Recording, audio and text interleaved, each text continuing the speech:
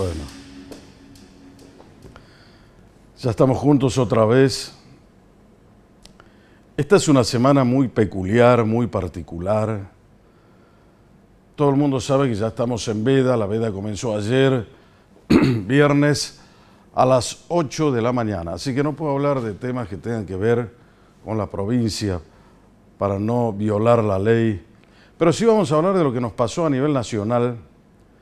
A nivel nacional, algo que lo veníamos adelantando siempre y que fuimos los grandes defensores de lo que es la división de poderes, el republicanismo, la democracia republicana, que tiene que ver con algo que ya me parece que hasta un niño de jardín de infantes se da cuenta, pero que sin embargo algún grupúsculo de la política todavía no, y si se dan cuenta, obran con mala fe. ¿De qué estoy hablando?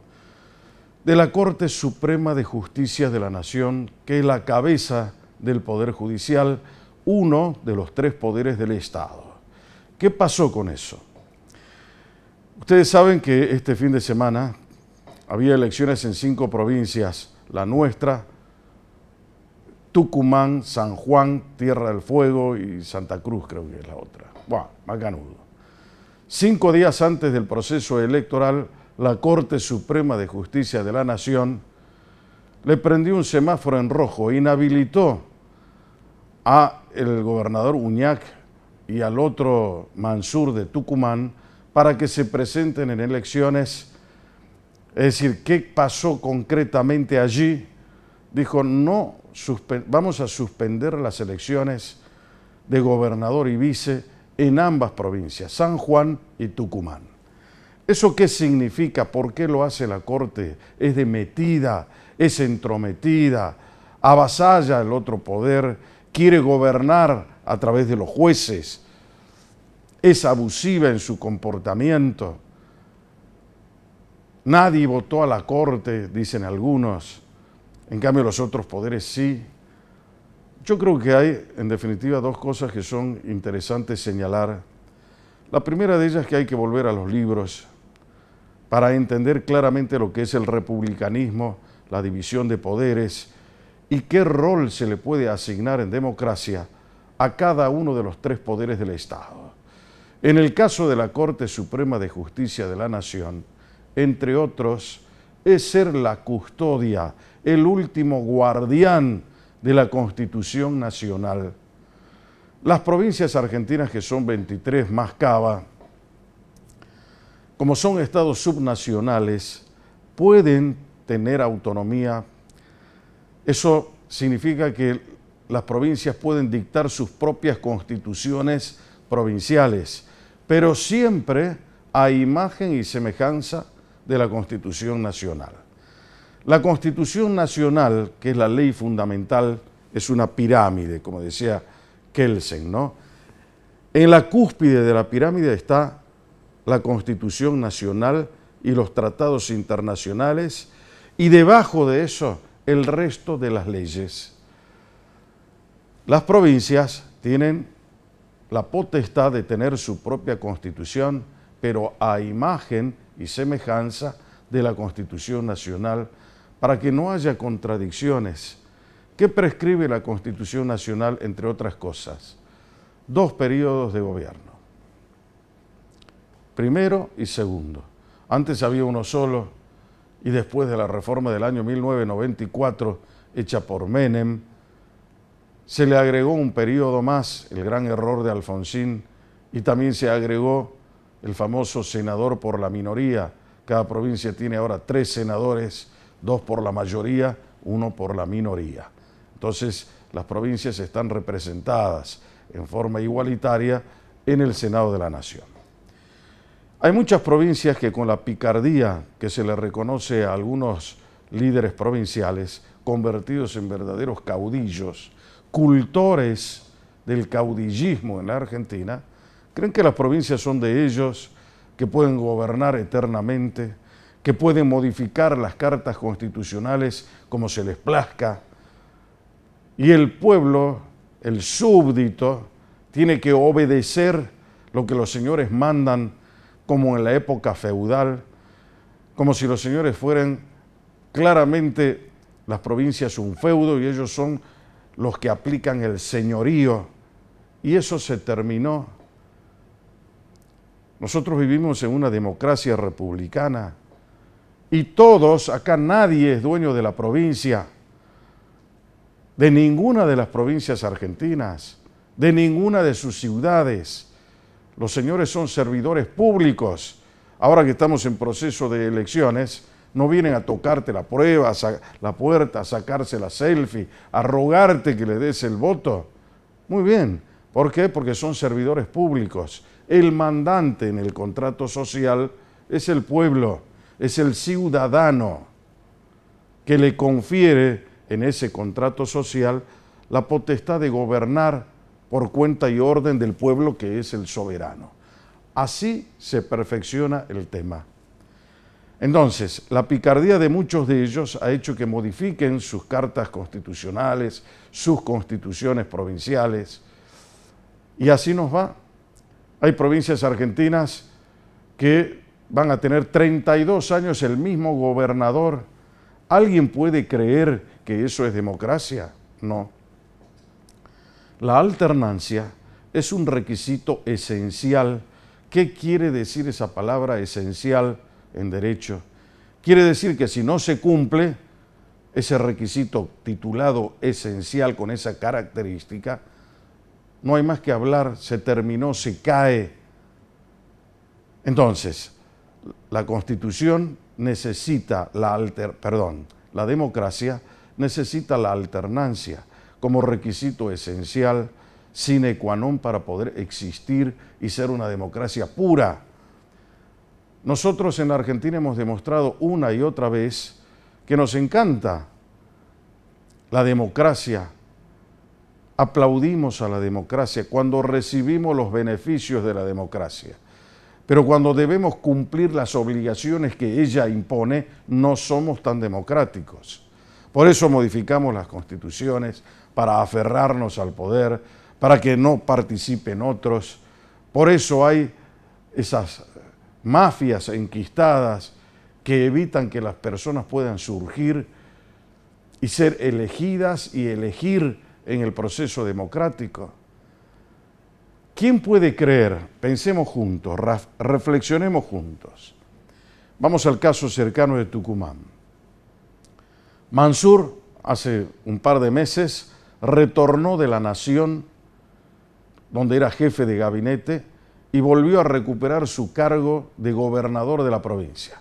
Es el actual gobernador de la provincia de Tucumán. Lleva 2 periodos de gobernador y 2 periodos de vicegobernador. Fue vicegobernador de Alperovich y él lleva ya cumplidos, lo va a cumplir ahora el día 10 de diciembre, el segundo periodo de gobernador. Y el señor se estaba candidateando para ser vicegobernador con su actual vicegobernador Jaldo.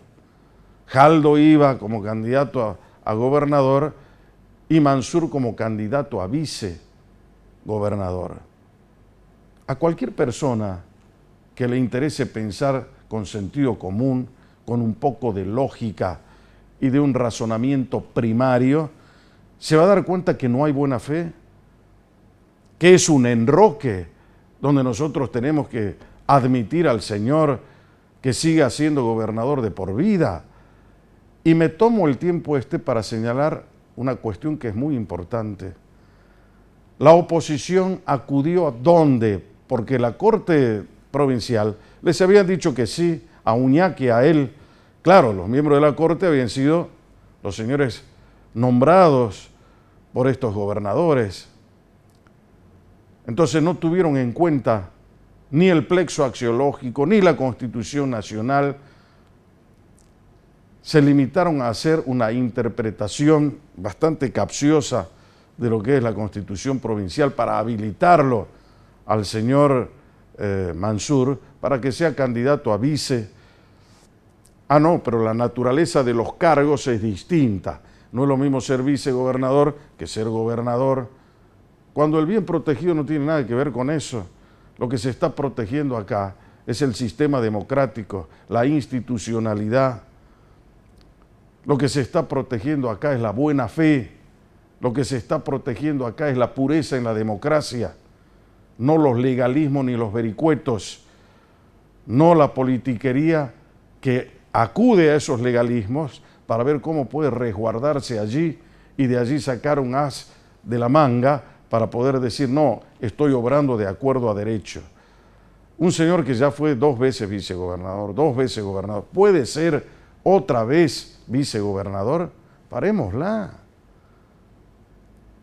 Y en el hipotético caso que la ley lo habilitase, hay un imperativo ético que también se tiene que cumplir. Por eso digo, no somos tan democráticos en la Argentina, o por lo menos la dirección política, la dirigencia política, no lo es. Habrá algunos casos que sí, también es muy totalitario, injusto decir que todos son antidemocráticos, pero la mayoría no. La gente quiere seguir aferrada al poder como sea.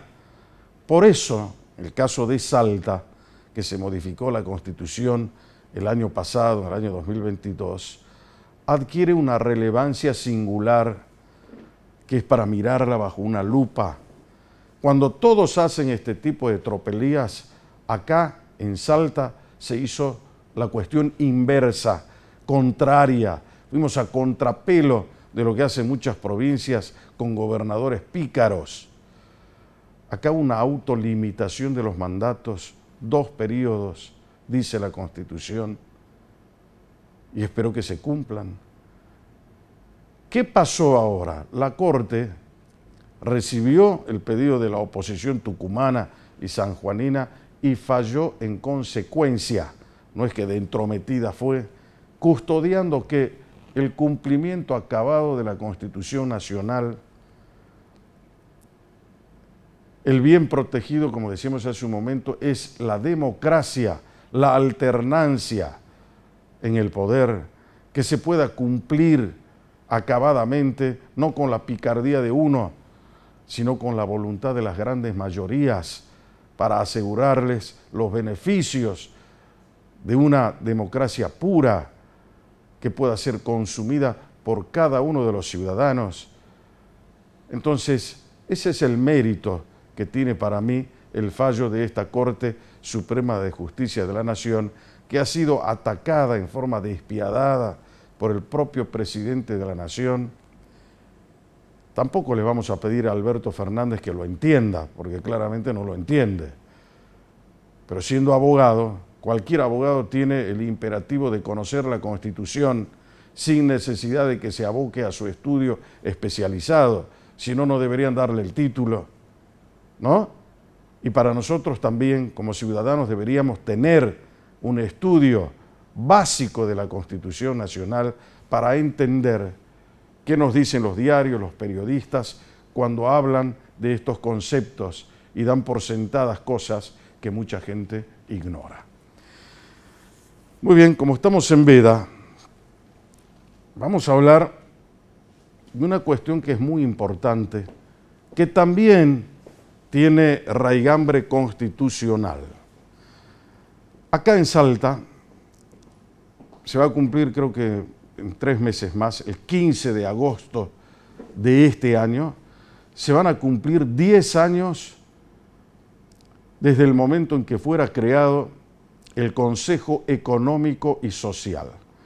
El Consejo Económico y Social también tiene raigambre constitucional porque nuestra Constitución provincial, en el artículo 77, crea el Consejo Económico y Social, que está reglamentado por la Ley 7784 y comenzó a funcionar un 15 de agosto del año 2013. Está constituido entre 25 miembros como mínimo y 35 como máximo, que son los consejeros. Está integrado por toda la sociedad civil, las universidades, los gremios, en fin, todos los que pueden hacer un aporte para construir una Salta de verdad hacia el futuro. Digamos que son hoy los custodios del plan Estratégico de Desarrollo Salta 2030. Estamos promediando el año 2023. Faltan 7 años para alcanzar el año 2030 y quiero saber si eso realmente se cumplió o no. Si esa promesa del Plan de Desarrollo Estratégico Salta 2030 ha sido mirado, observado, controlado por el Consejo Económico y Social. Si el Consejo Económico y Social al día de hoy, después de 10 años desde su creación, ¿se legitima su presencia entre nosotros o es un órgano consultivo más que está ahí en un rincón sin ejercer la potestad que tiene que tener y cumplir los objetivos que se tuvo en mira al crearlos? Ese es el objeto de la charla de esta noche. Saber qué ha hecho el Consejo Económico y Social.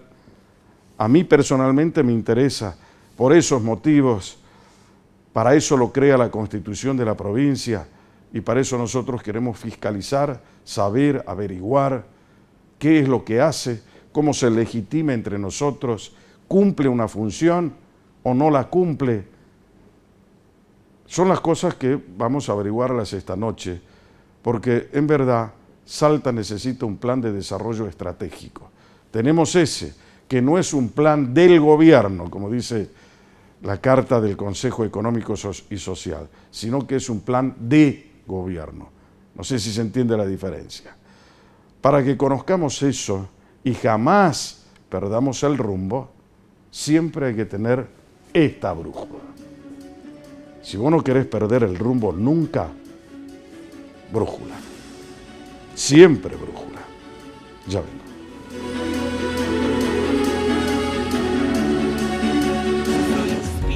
El payaso, tu amigo. Animación infantil, canciones, trucos de magia, música en vivo y cuentos narrados por sus personajes para divertir a los más chicos. El show de Chispita, pura fiesta para los más chicos. Miércoles, 15:30 horas, por Somos. Súper saludable yo soy, a tu salud cuido y protejo, por eso hoy. Música y mucha diversión para ayudar a los más pequeños a vivir mucho mejor. Súper saludable. Jueves, 15:30 horas, por Somos. Súper saludable yo soy.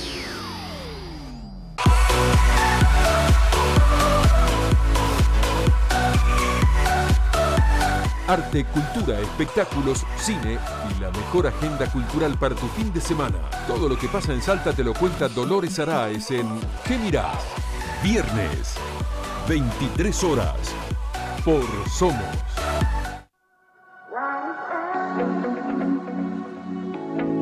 La arquitectura, el diseño, el arte y la construcción en el mundo. Toda la información en un programa distinto y ameno de la mano de Edith Pellegrini. 100% arquitectura. Viernes, 15:30 horas, por Somos.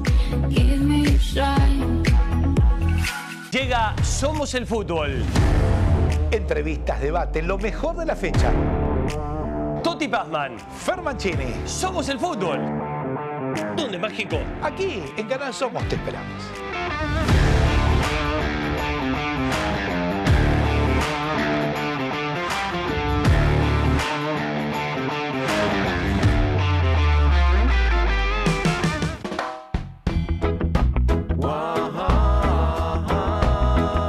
La música reggae se hace presente.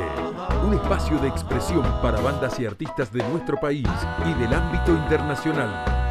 Pelagatos. Domingo, después de la medianoche, por Somos. Pelagatos. Especialistas en vinos nos enseñan todo lo que debemos saber para disfrutar de la mejor enología. Descubrí Planeta Vinos.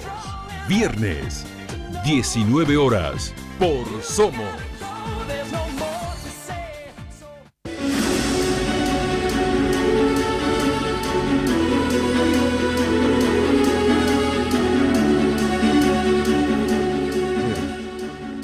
bien, señores, estamos de retorno acá en Brújula Política para no dormir.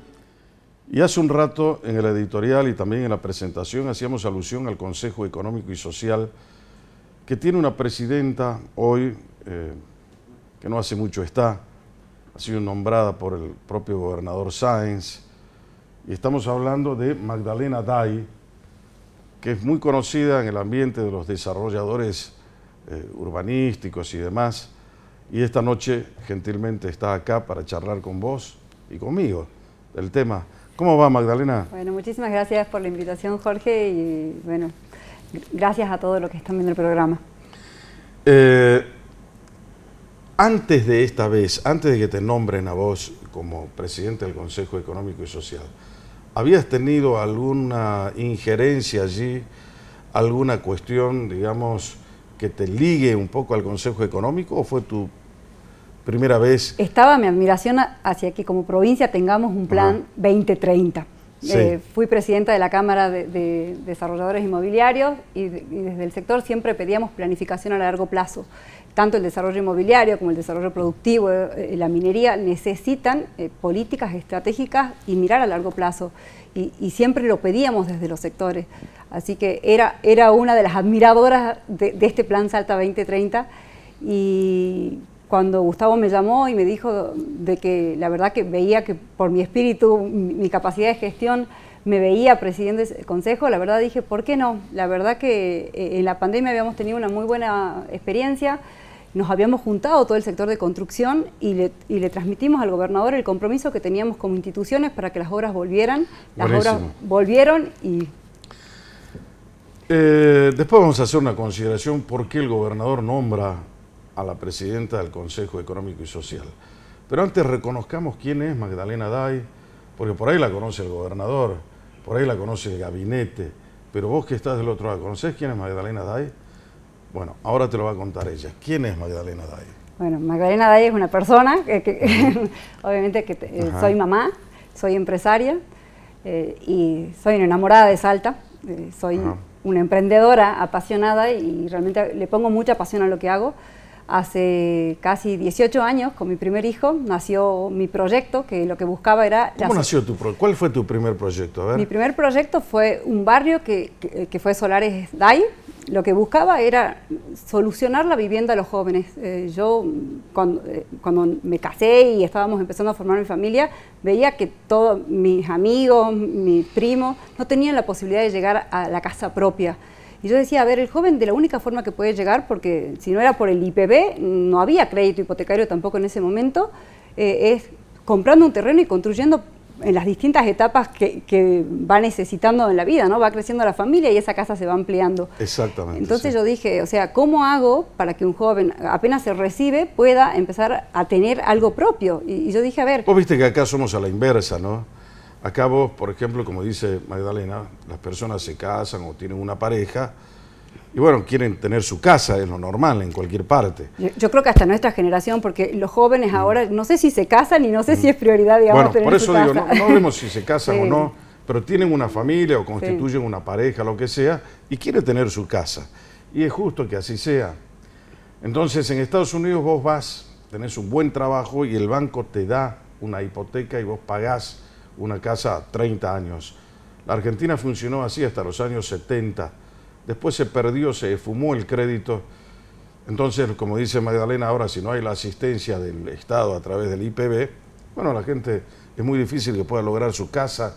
Entonces será una persona que alquila, con todo lo que eso significa, o será una de las 80.000 personas que está esperando solucionar su problema habitacional, ¿no? Claro, pero a mí me pasaba, ¿no?, esa inquietud cuando uno va a ser madre de decir, con una casa alquilada uno siempre tiene la incertidumbre que si en el próximo contrato te renuevan o no, y eso no da estabilidad a la familia. No, Entonces, no te da estabilidad. Eso es un poco lo que a mí me preocupaba. A ver, creo que me delata la edad, digamos, ahí mi generación sí pensábamos como que el casado casa quiere, no sé, que el techo era la base del hogar y un montón de cuestiones. De hecho, me acuerdo que yo había leído una nota de Albino, donde decía que un gran porcentaje de jóvenes, digamos, de que tenían depresión, tenía que ver con esa falta de hogar y sobre todo de casa material, ¿no? O sea, como que se interpretaba que eran indicadores súper fuertes a la hora de dar solidez a esa familia. Y eso fue como que yo quería dar una solución a los jóvenes. Y bueno, claro, pero por ejemplo en tu familia, tu abuela, tu papá o alguien te habrá contado, ¿no? A mí también me lo contaron, ¿cómo era antes? Es decir, la gente iba y pagaba mensualmente su hipoteca hasta que llegaban los 20, los 30 años, depende de cómo era, y eran los dueños, le entregaban recién los papeles de la casa. Pero la gente tenía el acceso a la vivienda, podía ahorrar. Ahora, bueno, se invirtieron los papeles. Todos los barrios que se hicieron en Salta, Tribuno, San Carlos, Santa Ana, o sea, se hicieron con planes de vivienda. O sea, eso, y de hecho, hoy uno va a otros países y es súper normal que el joven acceda mediante crédito hipotecario, o sea, pagando su casa a 30 años. Y vos decís, ¿por qué en Argentina no? Yo lo que veo de Argentina, o sea, que no tenemos políticas de Estado, no tenemos esa planificación estratégica. Y cuando el gobernador me propuso esto, yo dije, ¿sabes qué? Creo que las cosas pueden ser distintas. Y ese fue el desafío que asumí y que creo que si cada uno de nosotros se involucra un poquito más en las cosas que podemos cambiar, la realidad va a cambiar porque tenemos un país que tiene muchísimas riquezas desde todos los ámbitos, tenemos recursos humanos súper valiosos y tenemos esa capacidad emprendedora que en muchos países no está. O sea, nosotros es como que permanentemente surfeamos la ola, o sea, es como que de golpe no estamos acostumbrados a que tengamos algo estable. Y eso te da mucha dinámica y eso también te desarrolla la capacidad creativa. Entonces, con la creatividad que tenemos los argentinos, yo no puedo creer que no podemos salir adelante. Volviendo a la historia que nos estabas contando, me parece muy interesante. Magdalena Day en ese momento tenía 22 años, tu primer proyecto, ¿no? Más o menos, más me o calculaste menos, bien. Por ahí, más o menos. Sí. Pero digamos que tenía 15. No, Pero, no, sí, 40 y con orgullo. Ahora, vos me decís, bueno, mi primer proyecto tenía que ver con eso, encontrar la salida para que la gente tenga casa. ¿Y cómo llevaste a cabo ese proyecto? ¿Le puedes contar a la gente, te acordás? Sí, obviamente. Bueno, primero era esa inquietud. Mi papá había heredado unas tierras que estaban contiguas a la circunvalación, digamos, oeste, y esa zona que se llamaba Merced Chica era una zona más que nada para chacras, ¿no? Era donde la gente iba y vacacionaba. Mi papá tenía una pequeña porción de las 100 hectáreas que habían heredado mis otros tíos y todo, o sea, era como que ya la segunda generación que se dividía estas 100 hectáreas que había sido la finca de los Day en esa zona. Y yo le digo, papá, quiero hacer un proyecto, pero para los jóvenes. Mi papá me decía, pero los jóvenes no tienen posibilidad de pago de nada, Magdalena. Y yo le decía, es que, a ver, si vos les vendés 1 hectárea o 10 hectáreas, no. Ahora, San Luis es un barrio que está consolidado. Esto estaba pegado a San Luis. Si nosotros hacemos un emprendimiento que tenga buena infraestructura y hacemos, en ese momento eran lotes de 1.500, 2.000 metros, que el joven acceda. Que es un lote grande, estamos hablando claro, de un lote. Pero en ese momento vos ten en cuenta que lo que había de tierra privada era el Tipal, la Lucinda, donde eran lotes de 1 hectárea, 5.000 metros, con una expensa que el joven era imposible llegar. Entonces yo decía, o sea, yo no puedo hacerle un producto que lo mate al joven de entrada, o sea, que por querer acceder a tener su casa se endeude hasta acá. Entonces yo tenía que pensar estratégicamente cuál era la infraestructura básica, necesaria, pero a su vez que no lo mate. Claro, o sea, ¿y a qué tipo de joven dirigías el proyecto en ese momento? Tuve muchos colegios profesionales. Me acuerdo que al principio fue el colegio de abogados, arquitectos,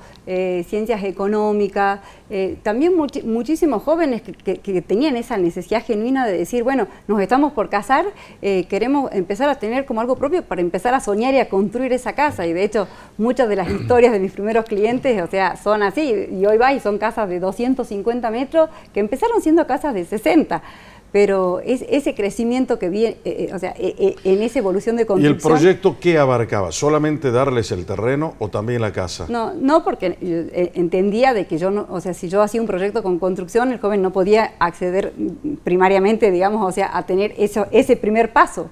Ahora sí, ahora estamos trabajando en un proyecto de lo que busca es financiar a 60, 80 cuotas, que lo estoy haciendo, pensando en todos los que formamos parte de la cadena constructiva. Y realmente, pensar desde lo privado. ¿O sea, vos le entregas llave en mano eso o todavía no?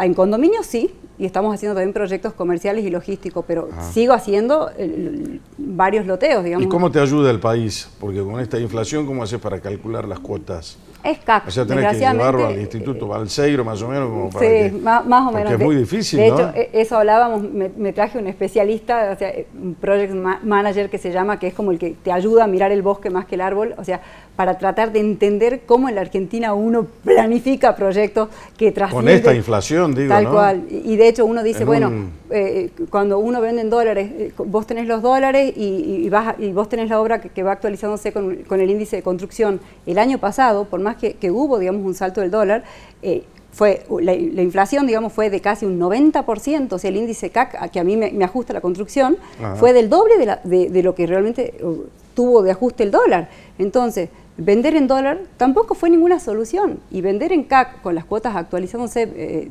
mes a mes también te da cierta incertidumbre, digamos. Y por ahí también nadie quiere contratar en dólares porque no sabe si lo va a poder pagar. Y Acá la gente cobra en pesos. Totalmente. Entonces dice, bueno, a ver, por más profesional que sea, ¿no?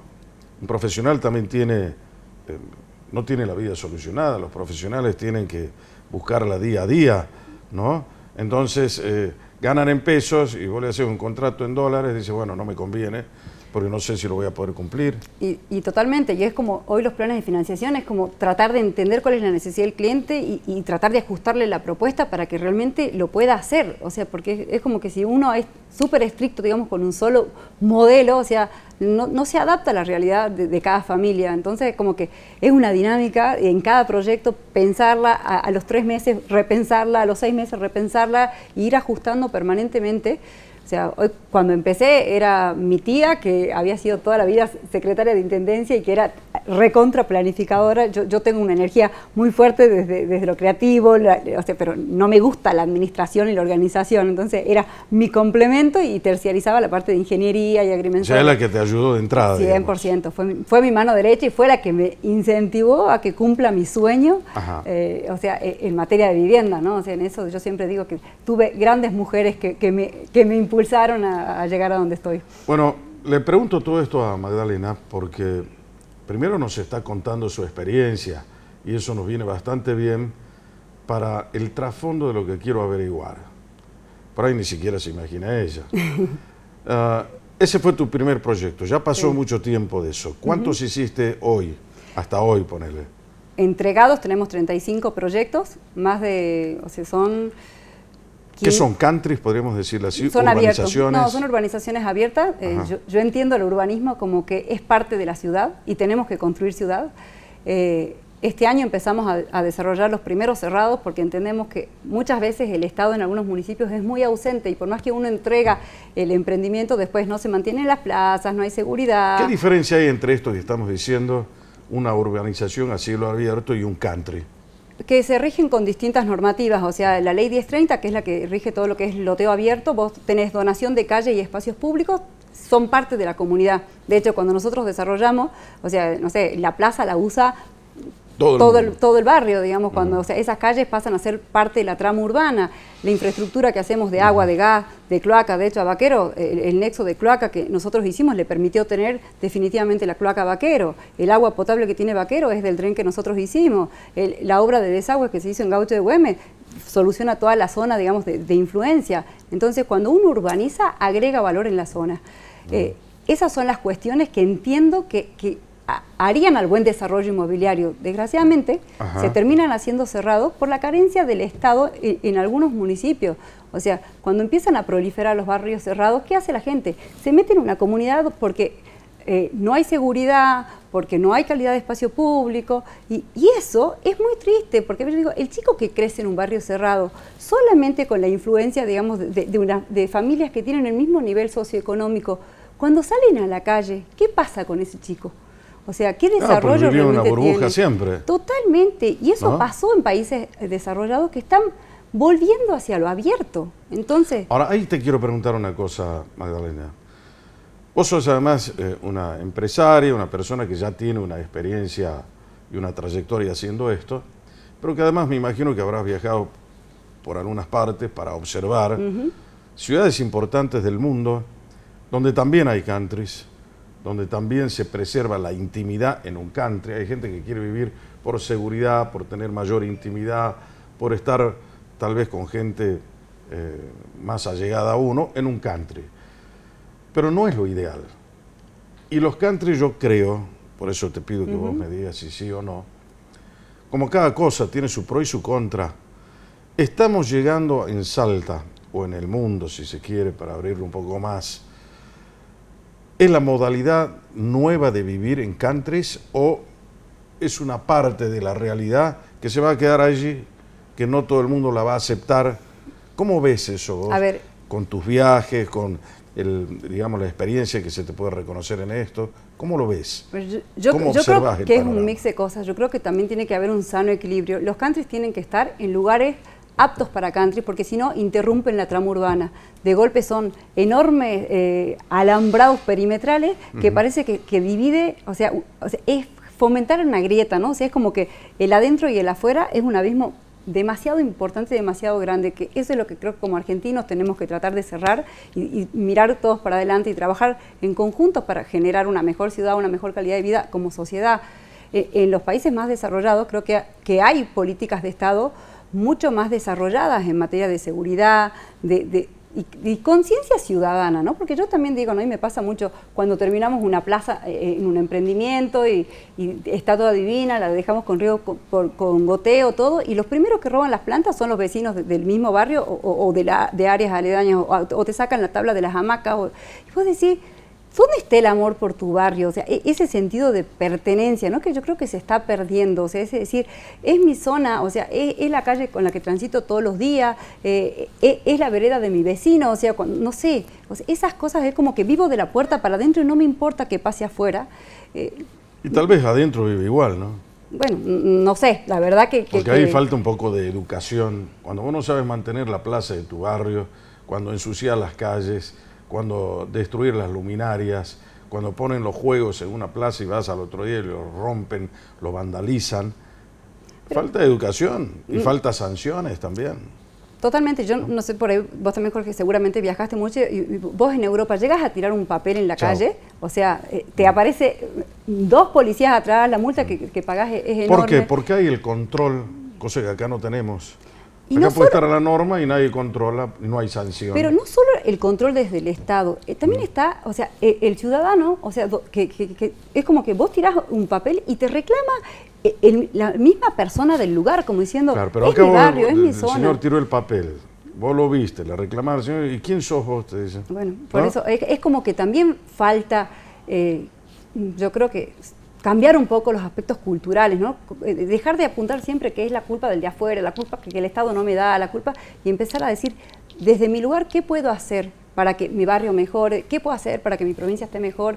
O sea, porque si no siempre nos quedamos en el reclamo, o sea, y creo que se puede Y hacer la gente muchas tiene cosas. que involucrarse y no decir, bueno, no, yo no me quiero meter para no tener problemas, ¿no? Bueno, cuando asumí lo del consejo, todo mi entorno más cercano, amigos que me conocen hace un montón de años y que saben el esfuerzo que le dedico a mi profesión y a mi empresa y lo comprometida que estoy con este tema, me dice, ¿qué necesidad, Magdalena? ¿Qué necesidad?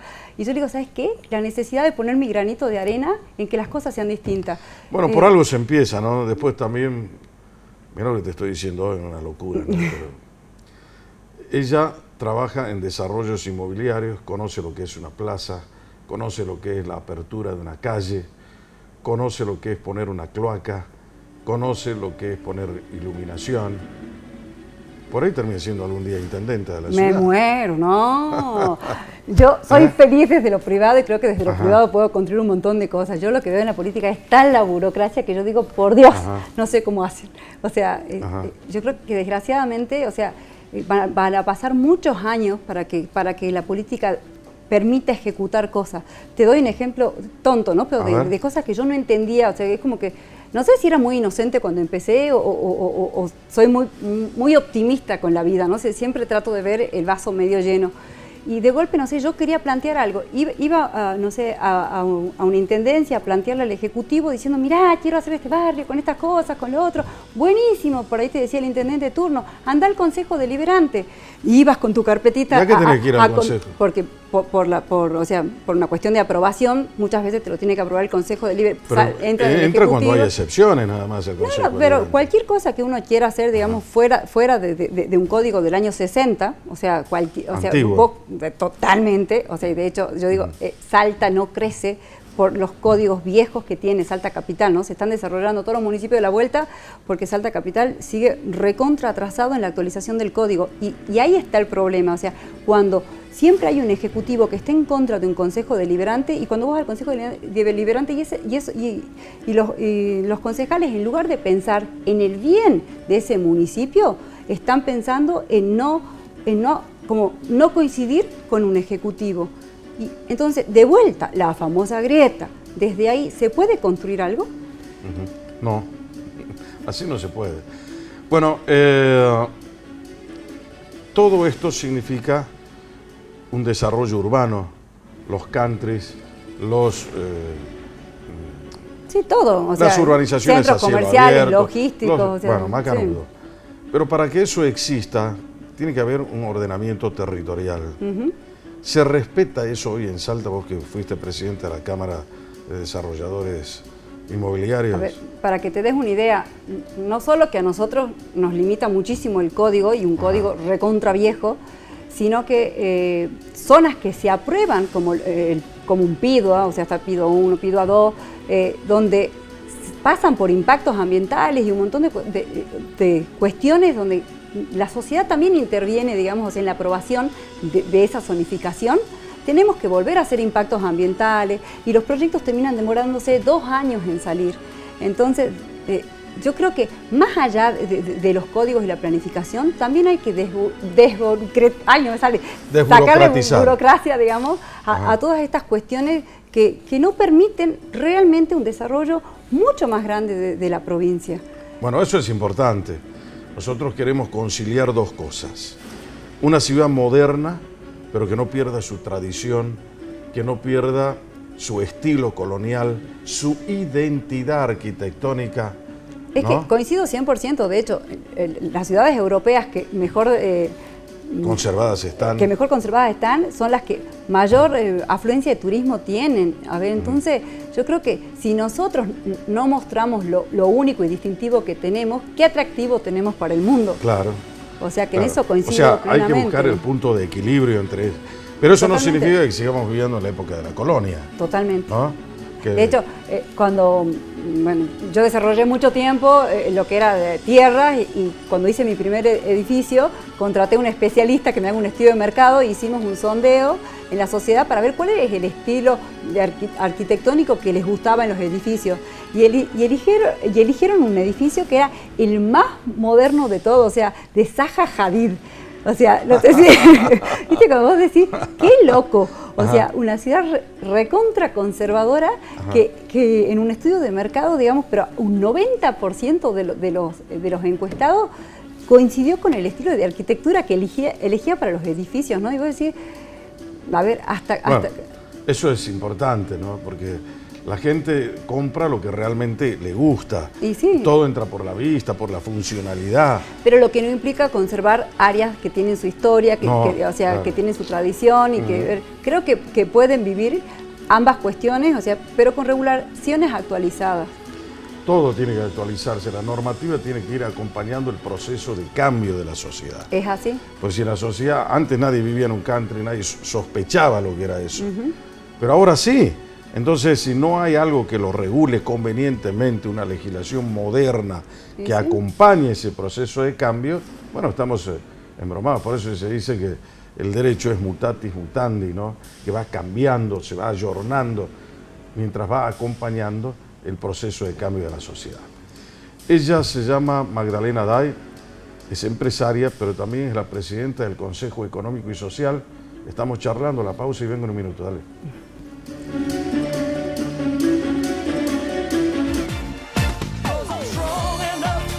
Especialistas en vinos nos enseñan todo lo que debemos saber para disfrutar de la mejor enología. Descubrí Planeta Vinos. Viernes, 19 horas, por Somos.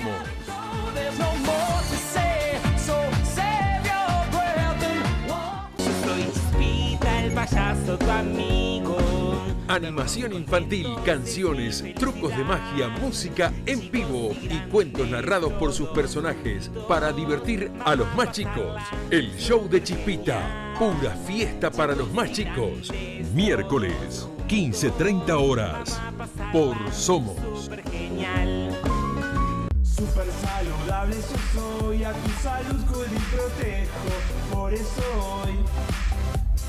Música y mucha diversión para ayudar a los más pequeños a vivir mucho mejor. Súper saludable. Jueves, 15:30 horas, por Somos. Super saludable yo soy.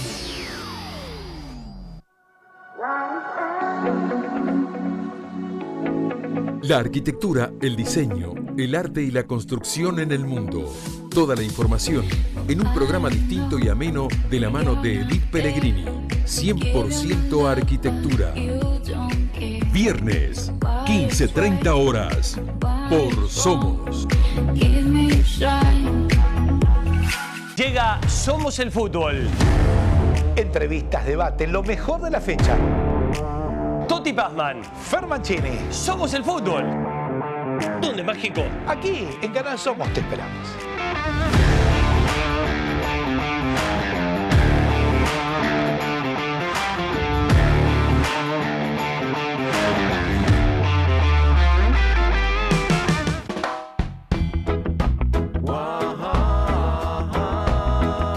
La música reggae se hace presente. Un espacio de expresión para bandas y artistas de nuestro país y del ámbito internacional.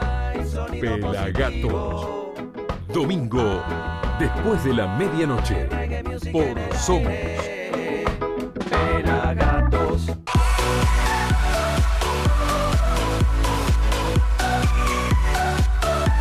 Arte, cultura, espectáculos, cine y la mejor agenda cultural para tu fin de semana.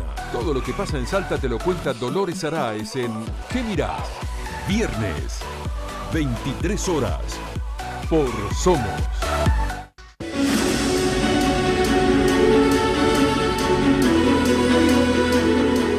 Muy bien, señores, estamos de retorno en Brújula Política para no dormir.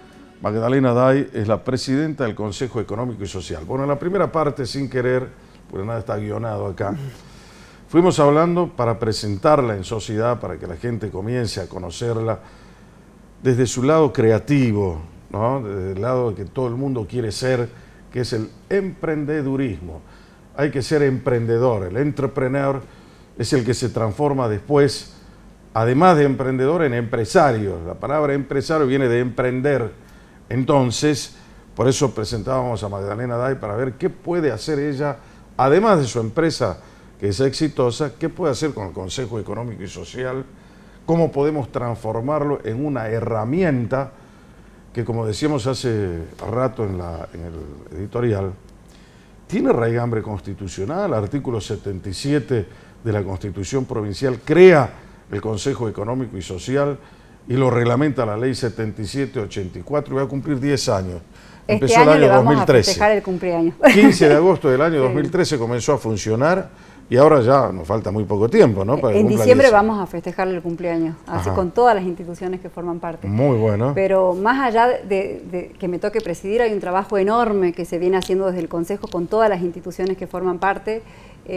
La verdad que cuando me empecé a interiorizar y a escuchar cada institución, o sea, el aporte que hizo, dije, wow, yo no puedo creer que como sociedad no valoremos que Salta sea una de las 4 provincias que tiene un consejo y que nació desde la sociedad civil. O sea, la sociedad civil se juntó, encargó, digamos, los estudios para poder hacer el famoso Plan Salta 2030. O sea, las instituciones que nuclean, las universidades que están, fueron los primeros precursores en impulsar esto. El Consejo Económico y Social, como bien dice Jorge, o sea, está regido por la Constitución Nacional y tiene una ley provincial.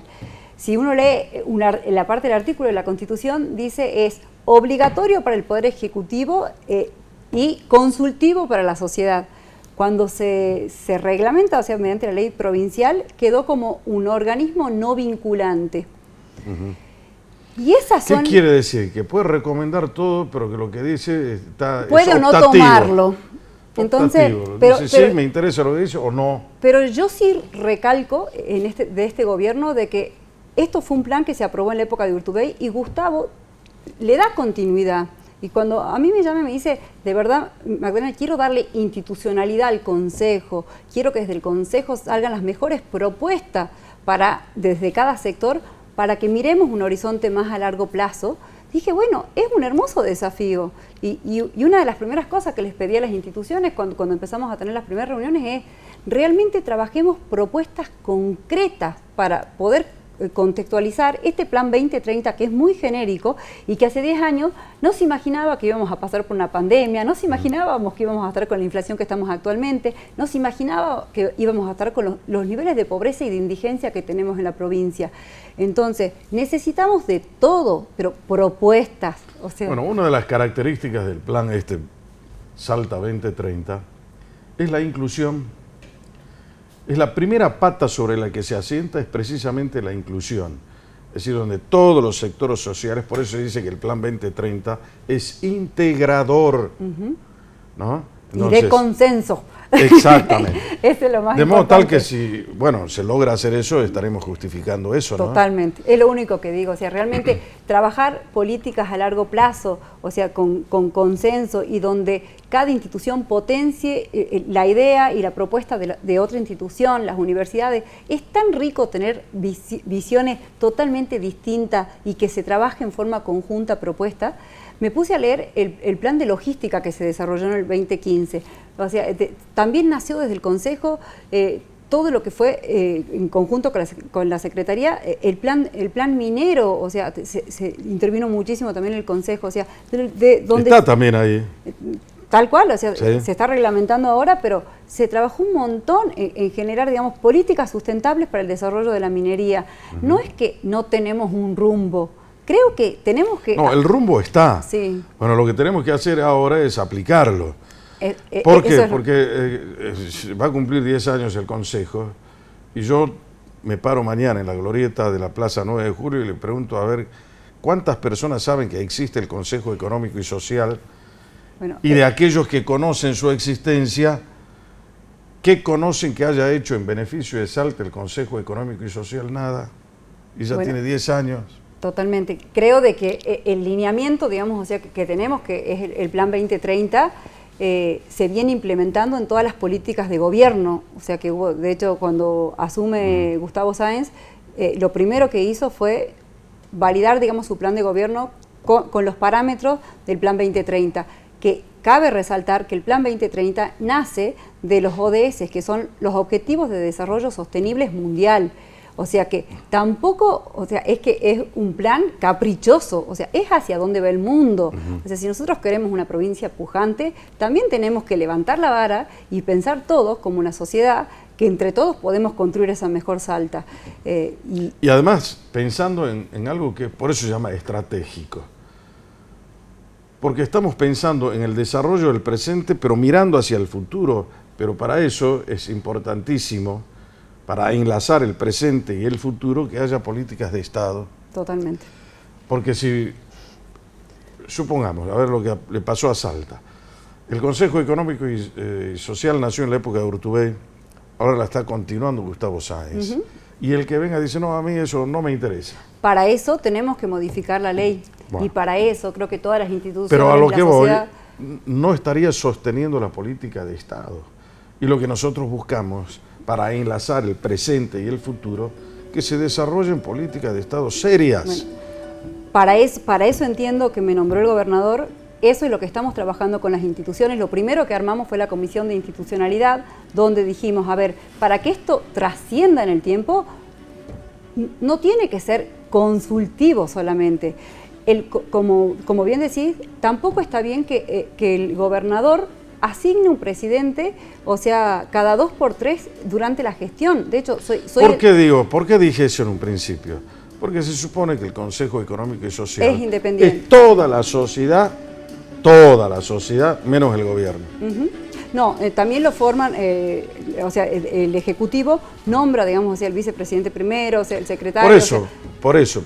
Pero si entendemos que el concepto es ese, no debería nombrarlo. Bueno, a ver, y una de las primeras molestias que yo percibí en las instituciones, digamos, cuando asumí, que yo no entendía qué pasaba, el comentario fue ese: nosotros queremos, o sea, que nuestro presidente salga de uno de los miembros del Consejo. Exactamente. ¿Y qué es lo que tiene que pasar?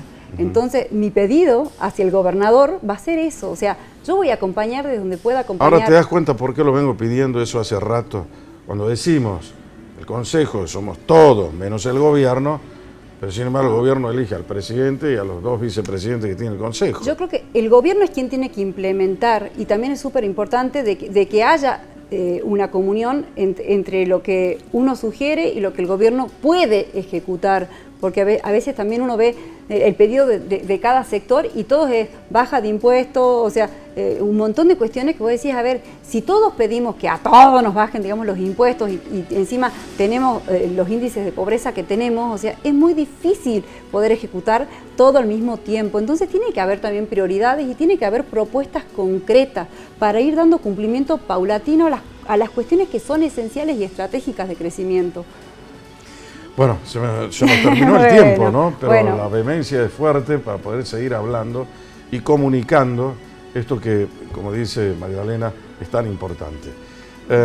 Te agradezco infinitamente que estés acá conmigo esta noche. Bueno, muchísimas gracias, Jorge. Bueno, espero haber podido, por lo menos... Aprendimos bastante, te digo, ¿no?